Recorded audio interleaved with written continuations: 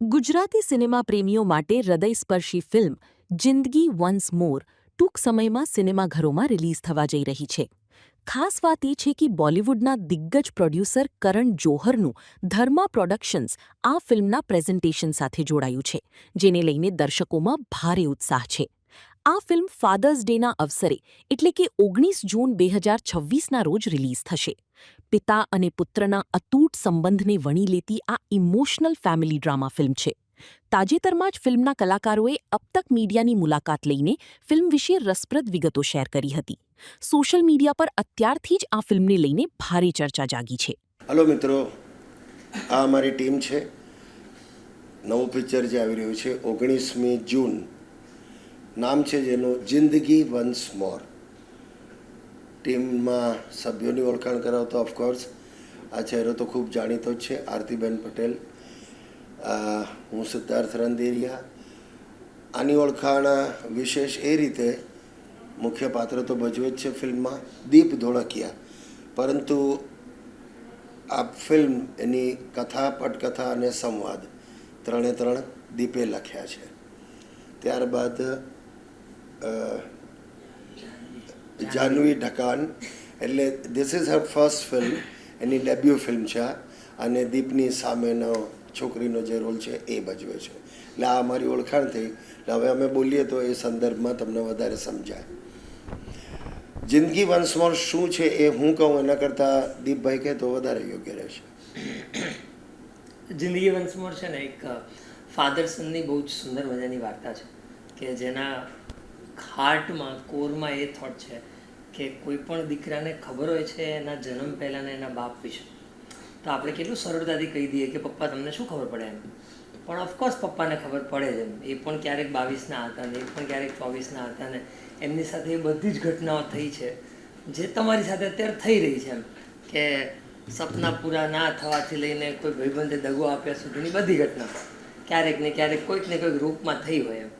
એટલે આ એ વાતને દર્શાવતી વાર્તા છે કે જેમાં કોઈ પણ દીકરાને ખબર જ નથી હોતી કે એનો જન્મ પહેલાંનો બાપ કેવો હતો. એટલે જન્મ પહેલાંના બધા બાપો ટાઈગર હોય છે અને જન્મ પછી બધા બાપ બની જાય છે, ટાઈગર મટીને બાપ બની જાય છે.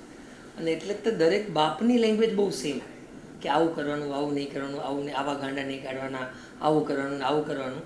પણ એ બધા પપ્પા સરખી જ વાત કરતા છે. પણ એ જ્યારે પોતાના જ્યારે જવાનીમાં હતા ત્યારે એ કેટલા અલગ હતા, અને તમને ખબર છે, બસ એ જ વાર્તા છે આખી. 5 દશકા એટલે 50 વર્ષ સુધી ટકી રહેવું એ બહુ મોટી વાત છે. કારણ કે આ એકમાત્ર લાઈન એવી હોય છે. બીજી બધી લાઈન હોય ને, કોઈ પણ ધંધો કરીએ તો એમાં જેણે ધંધો શરૂ કર્યો એ નક્કી કરે કે હું અહીંયાથી અહીંયા પહોંચીશ, આટલા વર્ષ કરીશ, આટલા વર્ષે રિટાયર. એના હાથમાં, અહીંયા કલાકારના હાથમાં નથી હોતું હું ક્યારે રિટાયર થઈશ. ઉંમર અલગ વાત છે, લોક ચાહના તમને ટકાવી રાખે છે. અહીંયા તમને 22 વર્ષે પણ ફેંકી દઈ શકે છે આ ઇન્ડસ્ટ્રી. 22 દિવસમાં ફેંકી દે છે. હાજી, એટલે એને ઉંમર સાથે કોઈ લેવા દેવા. તમારી લોક ચાહના, તમારું સાતત્ય. તો આઈ વિલ લકી એ રીતે કે રંગમંચથી ધીમે રહીને ફિલ્મો તરફ. હું થોડોકમાં વિરોધ કરીશ કે તમે લકી શબ્દ થોડોક મને ખૂંચે છે.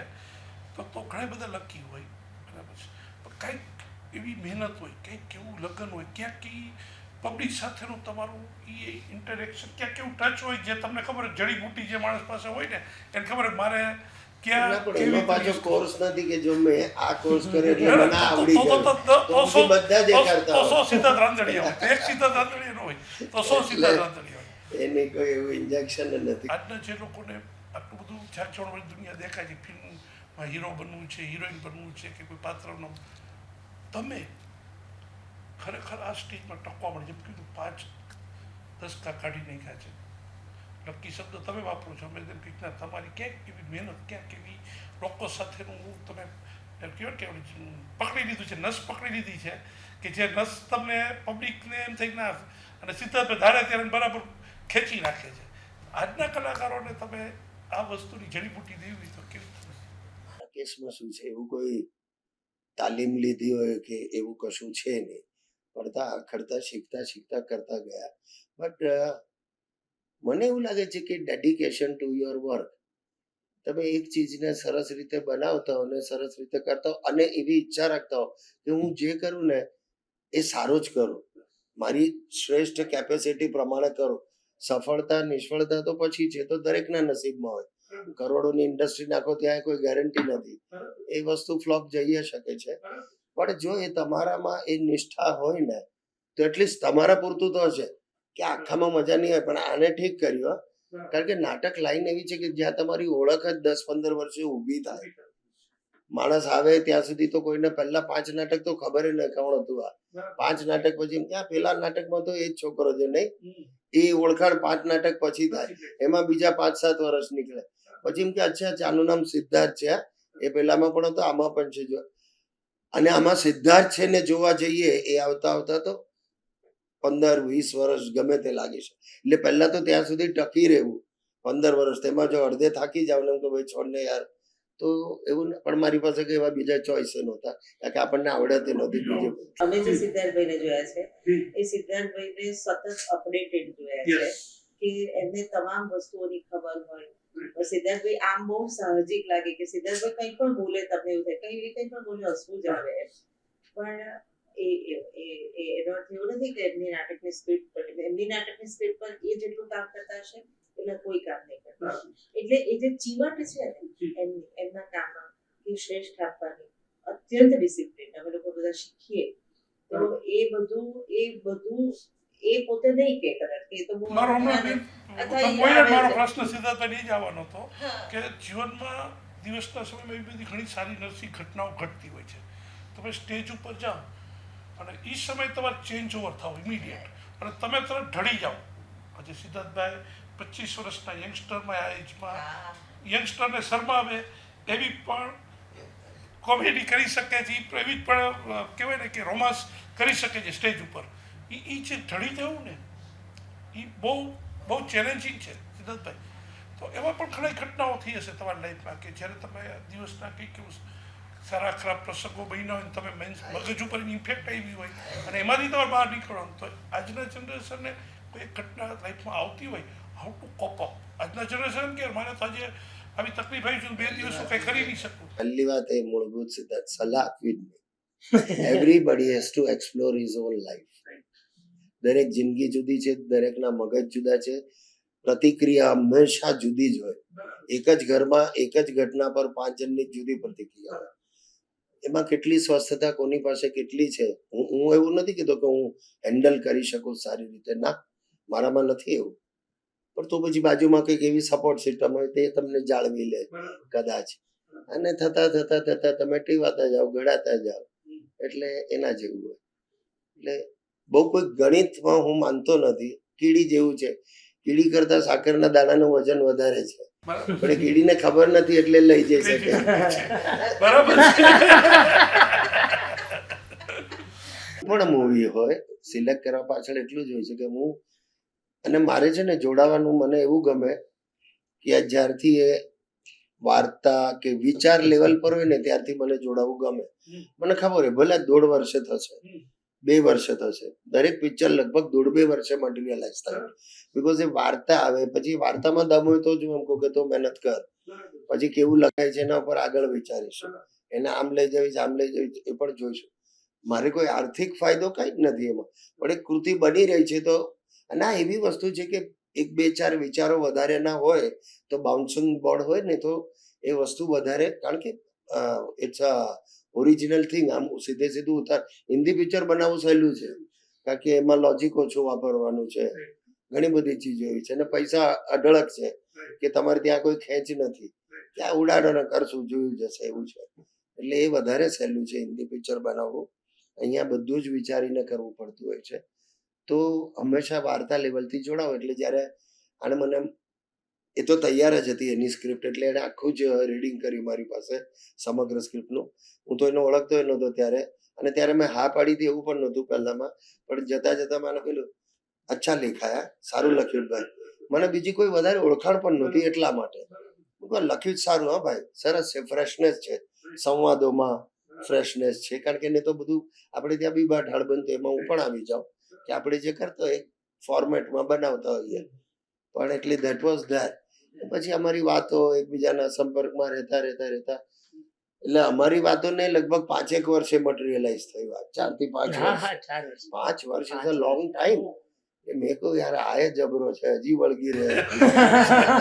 મૂકતો નથી વાત.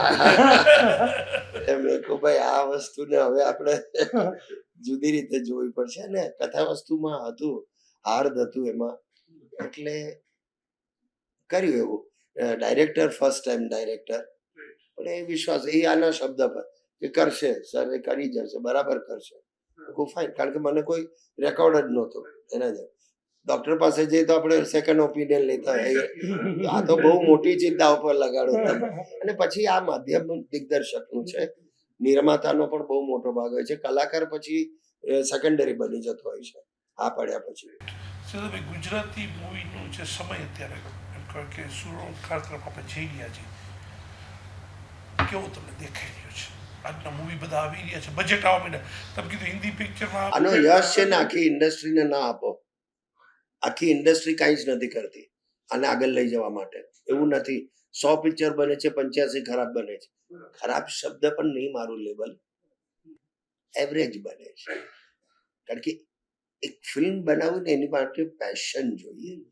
એ કોઈ એક પ્રોજેક્ટ એવું નથી કે મને આ 1.5 મહિનો છે ને આ પતાવવાનું જ મારે આ મકાનને રંગ કરવા આ નહીં આને રંગ કરવાનો છે મકાનને એટલે મારે 12 માણસ મૂકી દઈશ તો અઠવાડિયામાં પતી જાય. એ આ પિક્ચર એવું છે જ નહીં કે થાય. કોઈક વાર લખવું હોય ને તો ઘણીવાર હું નાટકનું પણ કોઈક વાર એવું થઈ જાય કે 1.5 દિવસમાં 1.5 દિવસમાં એટલું લખાય બાકી 1.5 મહિનો અટકીને રહો તમે ક્યાં નથી બેસતું કંઈક આમ છે. તો એટલે આખો યશ હું તમામ ઇન્ડસ્ટ્રીને નહીં આપું. ગણ્યા ગાંઠ્યા ચુનંદા લોકો જેની એવી ઓળખાણ નથી એવા પણ દિગ્દર્શકો પણ જેને સૂઝ છે સમજ છે એવા લોકો જોડાયા છે આવી રહ્યા છે. નિષ્ફળ મેકર્સ કરતા નિષ્ફળ આપણા દર્શકો ગયા છે. એ રીતે કે કોઈ પણ એક વસ્તુ હોય એને સપોર્ટ વગર તો ન થાય ને. અને આ તો વસ્તુ જ એવી છે કે જ્યાં લોકોની જરૂર પડવાની બાકી તો ઘરે બેઠો બેઠો મારું બનાવ્યું તો લગ્નના વિડીયો જો મારા રિસેપ્શનના એના જેવું છે કે મેમ બીજાને શું રસ યાર તમે ઉભા 4 કલાક ને બધા વિડીયો લયા કરે એમાં લોકોને નથી. તો આ લોકોના મનોરંજન કે એના માટે બનાવેલી વસ્તુ પ્રશ્ન કી જાવ હતો કે દર્શકો નિષ્ફળ ક્યાંક જઈ રહ્યા છે. સિદ્ધાર્થભાઈ આપણે હજી પ્રમોશન માટે બહુ કરીએ છીએ આનાથી વિશેષ શક્ય નથી કારણ કે હું હજી એઝ એ મીડિયા હું એક તમને કહું કે ફોર એક્ઝામ્પલ અમે એવી ચેનલ ચલાવીએ છીએ 15 લાખ ઘરમાં અમારી ચેનલ ચલાવીએ અમે ન્યૂઝ સિવાયનો ડેટા બધો આપીએ એન્ટરટેનમેન્ટ અને પ્યોરલી ગુજરાતી ડેટા આપીએ છીએ હિન્દી મૂવી નથી અમે આપતા. તો અમે એમ દરેક જેટલા પ્રોડ્યુસર આવે કલાકારો દરેક અમે એમ કહીએ કે તમે ફ્લોર ઉપર જ્યારે પ્રોડક્શનમાં જતા હો નાનું મોટું કંઈક પણ ટ્વિસ્ટ કરેલું નાનું મોટું મોકલ પબ્લિકને નાનું મોકલ કર્યું. જનરલી શું થાય છે ફિલ્મ રિલીઝ થવાના એકાદ વીક પૂરતું જ પ્રમોશન્સ આવે છે એટલે પૂરી ડેટા પબ્લિક સુધી પહોંચતા નથી.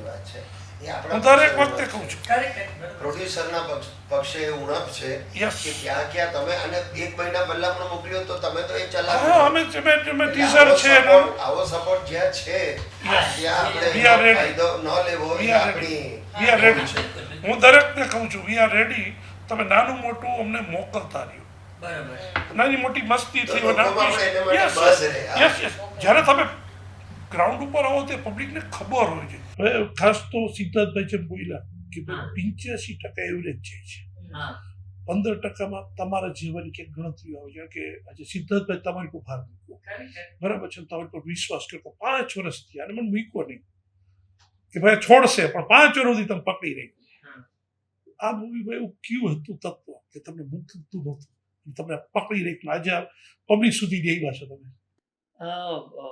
આમ એક તો એ રિલેશન મતલબ એ જે ફિલ્મમાં પણ જે રિલેશન છે ને એ મારા પપ્પા સાથે જે મારું રિયલ કોન્વર્ઝેશન છે ઓર એક રિયલ રિલેશન છે મારું એની છાપ છે આમાં બરોબર છે. એટલે આ આખી ફિલ્મ જ અમે દુનિયાભરના પપ્પાઓને ડેડિકેટ કરી છે કે દુનિયાભરના પપ્પાઓ કે જેમના ટાઈગર હોવા વિશે લોકોને ખબર નથી એમના સંતાનોને કે એમની નેક્સ્ટ જનરેશનને જ નથી ખબર એમ બરોબર છે.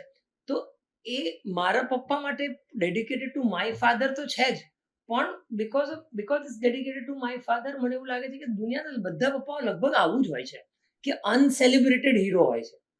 તો એ સેલિબ્રેશન મને એવું લાગે છે કે બહુ જરૂરી હતું. એટલે માँ तो कितनी अच्छी है, ये गीत तो આપણને યાદ આવે हाँ, છે, પણ हाँ, પપ્પા हाँ. કે કિતના અચ્છા है કોઈને યાદ ઓછું આવે. માના પ્રેમ માટે મમતા શબ્દ છે, એમ બાપના પ્રેમ માટે હજી બાપતા જેવો શબ્દ નથી એમ. તો એવો કંઈક શબ્દ હોવો જોઈએ કે જે મતલબ જેમ મમતા સાંભળીને એમ તમને ખબર પડી જાય કે શેની વાત ચાલે છે. તો એટલે એ father's love is not celebrated enough એવું મને લાગે છે. અને એટલા માટે મને એવું લાગે છે કે આ ફિલ્મ બહુ જરૂરી હતી બનવાની. સિદ્ધાર્થભાઈ પાછળ પડવા પાછળ કારણ શું? સપનું, ડ્રીમ, કે ભાઈ આ લખાઈ ત્યારથી ખબર છે કે આપણને સિદ્ધાર્થ સર મળે એ સપનું છે. That's the top most priority, બરોબર. હવે એમાં સિદ્ધાર્થ સરને મેં પહેલી વાર સાંભળીને સિદ્ધાર્થ સરે ખાલી ખબર મૂકીને આટલું કહી દીધું હોય કે સારું લખ્યું છે, પછી તો છોડાય જ નહીં ને.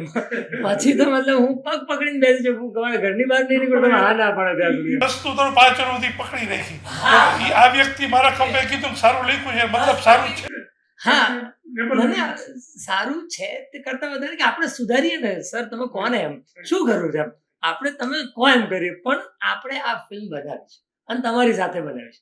કેમ કે એમના સુધી જતા પહેલા તો એવું હતું કે યાર ઇટ્સ ટુ ડ્રીમ લાઈક, કે એટલું સ્વપ્ન, મતલબ કે આ તો કદાચ ના પણ પૂરું થાય એમ. અને એમાં હું એમને મેસેજ કર્યો, સરને તો કદાચ યાદ નહીં હોય, પણ એમના મેસેજમાં પછી રિપ્લાય આવે છે. બાકી આટલા મોટા સ્ટાર પાસે તમે રિપ્લાયની પણ આશા એવું રાખો કે ભાઈ કદાચ ના આવે, શું થશે, જોયું હશે નહીં જોયું એવું પણ થતું. હા, કે મતલબ એમ મારા જેવો નવો છોકરો કોઈક રેન્ડમ મેસેજ કરે અને હી લાઈક કે આય આપણે સાંભળીએ, અને પછી એમણે સરસ રીતે સાંભળી અને પછી એમને ગમી, અને પછી એની પર કામ કરવાનું, તો પછી જે કરવું પડે 5 વર્ષ નહીં, બીજા 10 વર્ષ રાહ જોવી પડે તો એ કરી લે. તમે 19 જૂને ફાધર્સ ડે વીકેન્ડ છે, બહુ સંપૂર્ણ પરિવાર સાથે જોવા જજો, કારણ કે આમાં એક એવા મુદ્દાની વાત છે કે જે મુદ્દો આજ સુધી આપણે ક્યારેય વિચાર્યો નથી. પિક્ચરમાં જોયો કે નાટકમાં જોયો છોડ દો, આપણે જ નથી વિચાર્યો કે આપણા પપ્પા કેવા હતા પપ્પા બન્યા પહેલા. તો આ ફિલ્મ જોયા પછી તમને તમારા પપ્પાને હગ કરવાનું મન થઈ આવશે, તમારા પપ્પાને તમને હગ કરવાનું મન થઈ આવશે. અને એ જે ખેંચ છે સંબંધોમાં, કે એ હંમેશાથી સ્ટ્રેન્ડ રિલેશન રહ્યો છે, ઓર થોડું એક વિયર્ડ સિચ્યુએશનમાં પણ છે કે પ્રેમ ભયંકર છે, પણ મતલબ સામે તો વળકા જ ભરવાનું થાય છે. તો એ જે ખેંચ છે એ ખેંચ ઓગળી જશે એવું મને લાગે છે આ ફિલ્મ જોયા પછી. એટલા માટે આ ફિલ્મ બહુ જરૂરી છે. ફિલ્મમાં સંગીત બહુ સરસ છે, લગભગ 7 ગીતો છે. મતલબ કીર્તિદાન ભાઈએ ગાયેલો છંદ પણ છે, અને આદિત્ય ગઢવીનો ગરબો પણ છે, જે આજે કદાચ રિલીઝ થશે, અને એની પહેલા ઉદિત નારાયણે ગાયેલું એક સોંગ છે, બરોબર. એટલે 7 જેવા ગીતો છે આપણી ફિલ્મમાં, અને ધર્મા પ્રોડક્શન જેવું મોટું બેનર એ આપણી ગુજરાતી ફિલ્મ પર ભરોસો દેખાડ્યો છે. તો દર્શકોએ પણ એ ભરોસો દેખાડવો જોઈએ એવું મને લાગે છે. ત્યારે આ બધી વાત થાય છે, આને ધર્મા કીધું, સિદ્ધાર્થ સર કીધું, આરતી મેમ કીધું, 5 વર્ષની આની મહેનત કીધી, આટલું સરસ સંગીત છે, આટલું સરસ લખાણ છે, તો મને એમ થાય હું સાચે અહીંયા જ છું, આ બધું સાચું છે. ક્યારેક તમને એવું થાય ને કે આ સપનું હશે, આ સત્ય હોય કે ના હોય. ક્યારેક મને આમ પિંચ કરી લેવું તમારે કે 3-4 દિવસથી અમે લોકો સિદ્ધાર્થ સર ને આરતી મેમ સાથે પ્રમોશન્સ કરીએ છીએ. સપનું તો નથી, ધર્મા જોડાયું છે, સપનું તો નથી. આટલા સરસ સૂતી હોય ત્યારે પણ મારા મગજમાં પ્રિયતમ ચાલે છે, ઉઠું છું ત્યારે મારા મગજમાં પ્રિયતમ ચાલે છે, ગાડીમાં બેઠા હોય તો મારા મગજમાં પ્રિયતમ ચાલે છે. તો આ શું ચાલે છે ને મારી લાઈફમાં અત્યારના, એ થોડુંક સમજવું મારા માટે અઘરું પડી ગયું છે. જે મહત્વ છે ને એ તમને અમે ગમે એટલું અમે કહેશું ને, પણ એ તમને જોયા પછી જ ખબર પડશે. ત્યારે આઈ થિંક તમે જોશો ત્યારે તમે એમ કહેશો કે હા, આ જે પણ કહે છે આ લોકો સાચું કહે છે. ઘણા બધા આવે છે, ઘણા બધા વાતો કરે છે, ઘણા બધા કહે છે કે આ જોજો. પોતાની મૂવીઓ તો બધા કહે છે, પોતાની મૂવી તો બધા વખાણ કરે છે કે પ્લીઝ આ કરજો, પણ આ દિલથી બનાવેલી મૂવી છે, આ દિલથી લખેલી મૂવી છે. અને જો ધર્માએ તમારી ઉપર ભરોસો દેખાડ્યો હોય તો એ વાત તો ચોખ્ખી જ છે કે મહેનતમાં ક્યાંય ચૂક નથી, ક્વોલિટીમાં ક્યાંય ચૂક નથી. તો આપણા માટે ગર્વની વાત છે આ. તો આ ગર્વમાં તમે પણ અમારો સાથ દો, એ અમારી આશા છે. અને પ્લીઝ 19 જૂને આ મૂવી જોવા જજો જ 100%. બહુ બધું મળશે તમને આ મૂવી. મિસ તો બહુ બધું થશે. આ તમને યંગસ્ટર્સને ફોમો બહુ થશે, એ તો 100% વાત છે. બહુ જ સરસ સંગીત છે. હું જેનઝીમાં તો ના આવું, પણ એવું મને ઈચ્છા છે કે ગણે તો સારું. પણ જો મને પણ આ બધા સંગીત ને આ જે ગીત જેટલા છે મને આટલી મજા આવે છે સાંભળવાની, તો 100% તમને આવશે. એવું નથી કે ખાલી મોટાઓને આ મૂવી ગમે એવી મૂવી છે. સાચું કહું છું, દિલથી કહું છું, બધાને ગમે એવી મૂવી છે. એટલે પ્લીઝ જજો. મિસ તો 100% થશે. પછી કોઈક આવીને કે તમે જોવા જાવ એના કરતાં પહેલા જ જોઈ આવજો. ખાલી સારી સારી વાતો નથી, ઘણી બધી નખરાળી વાતો છે. અરે બહુ બધા નખરા છે, બહુ બધા નખરા છે, બહુ બધી મસ્તી છે, તમને દેખાશે. સિદ્ધાર્થ સર હોય ને મસ્તી ન હોય એ તો થાય નહીં. ફિલ્મની વાત સાથે હું મારા પાત્રની વાતને સાંકળી લઉં તો આપણે એવું જોઈએ કે બાળક જ્યારે નાનું હોય ને ત્યારે એને મા સાથે બહુ, કારણ કે મા જ એની ભાષા સમજતું હોય. હવે ઘણી બધી વાર એવું આપણે ત્યાં એવા ભાગ પડી જાય કે દીકરી હોય બાપને વાલી હોય, દીકરો હોય માને વાલો હોય, કારણ કે એમના કમ્યુનિકેશન એ રીતે થતા હોય, એમ મા થકી થતા હોય. પણ મા એક એવી છે કે જેને પતિ પણ ખબર છે અને દીકરો પણ ખબર છે, અને મા કોઈ દિવસ સાધવાના પ્રયત્નોમાં હોય મોટા ભાગે, જે એવા સંબંધ હોય કે એ કે તાર પપ્પા ચિંતા કરતા હતા, પછી એમ કે તને એમ કે જવા આવવામાં બહુ વાર થાય છે તો તારા માટે બાઇક લેવાનું કહેતા હતા તારા પપ્પા, એવું મા ધીરે રહીને કે કારણ કે તારા પપ્પા ચિંતા કરતા હતા એ અગત્યનું છે, બાઇક લેવું તો પછી, પણ તારા પપ્પા ચિંતા કરતા હતા કે તને વાર થાય છે એટલે બાઇક. પપ્પા નહીં કે કોઈ દિવસ કે તું બાઇક લઈ લે કે પણ મમ્મી કહેશે એવું કે તારા પપ્પા, અને દીકરાને એમ કે તારા પપ્પાને પૂછજે એમને કાલ માથું દુખતું હતું તો. હવે એ તો બધું સારું જ લાગતું હોય, દવા થઈ ગઈ હોય, પણ મમ્મી જ કે પૂછ તારા પપ્પાને એમના માટે કંઈક લઈ આવા આમ તેમ. એટલે એ જે એક સંબંધ છે ને મા દીકરાનો અને માના એના પતિ સાથેનો, એ સંબંધને બહુ જોડી રાખે છે. એ સંબંધ એક બહુ સરસ રીતે, પણ મા એ પહેલા તો પત્ની છે એટલે એ એના પતિને કઈ રીતે ઓળખે છે અને પછી જ છોકરાઓને સમજ પડે. જનરલી બહુ બોલે નહીં, જ્યાં સુધી બધું સરળ ચાલતું હોય ત્યાં સુધી એને વાંધો નથી આવતો, પણ જ્યારે પડવું પડે ત્યારે પછી બરોબર વચ્ચે પડે. એવું એક બહુ સરસ રિલેશનશીપની વાત છે અને બહુ સરસ રીતે કહેવાય છે. એવું નથી, કોઈ ભાષણો નથી, નેચરલી અમે તો એવું કરીએ જ નહીં, અને કંઈ આમ શીખવાડી દેવું છે એવું પણ નથી, પણ બહુ દિલની વાતો છે. એટલે ખાસ આ જિંદગી વન્સ મોર જોવું તમારે બધાએ. બધા સંતાનોને કાન પકડીને હું કહી દઉં કે 19મી જૂને તમારે આ પિક્ચર જોવા જવાનું, જિંદગી વન્સ મોર, થિયેટરમાં તમારા ઘરના બધાને સાથે લઈને જવાનું.